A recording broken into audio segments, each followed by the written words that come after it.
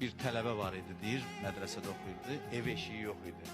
Deyir, mən ona dedim ki, sən nə rahat gəzirsən, heç evin yox, neçə ildə evlisən, kiraya qalırsan, ev haqqda düşünmürsən. Dedi ki, ev almaq, ev mənim problemimdir. Məni yaradan Allahın problemidir.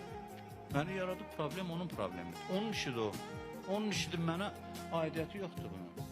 Mənim işim ev axtarmaq deyil, mən öz vəzifəmi icra edirəm, mənim vəzifəm dərs oxumaqdır.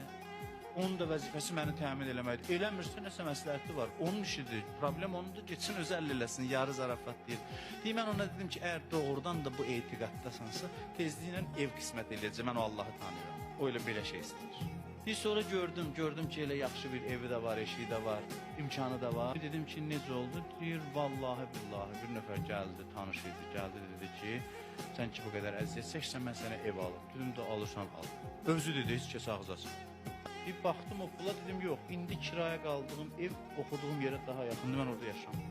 Deyir, yaxşı ay bala, sən evsizsən, yaxşı gəl sənin üçün deyir, torpaq alın. Mənə yalvarır.